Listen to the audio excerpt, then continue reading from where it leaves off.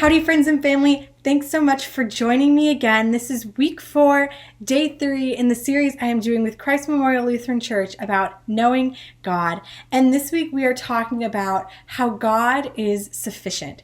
And in my last video, we took a look at how God said His grace is sufficient for any situation we might face and how we are to trust Him and find delight in those hardships and situations. And today I want to start off by talking about one of the names for God because I love going over those. And the name is El Shaddai. And you might have heard this name before, but I want to look at the different parts and try and understand what it means.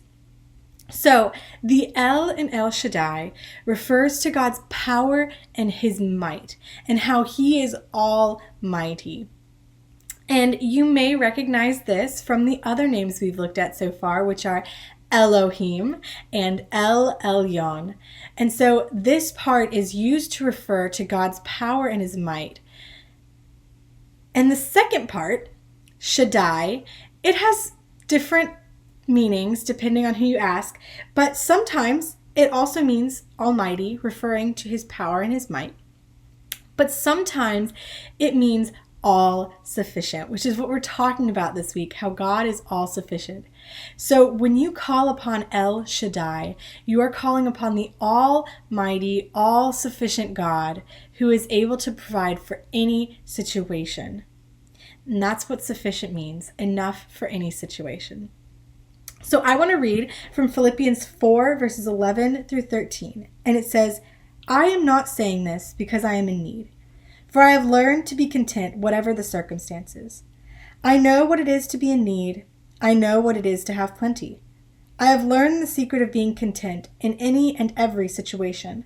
Whether well-fed or hungry, whether living in plenty or in want, I can do everything through Him who gives me strength. Now, the typical meaning of this last verse that we usually get is that we can do absolutely anything. And while this can be true, God says that all things are possible with God. With man it is impossible, but with God it is possible. This is really Paul saying that no matter the situation, he has learned to be content because of the power and strength of God. This is a continuation of Paul saying he knows God as his El Shaddai, the all-sufficient one who he knows is enough for any situation that he could ever face.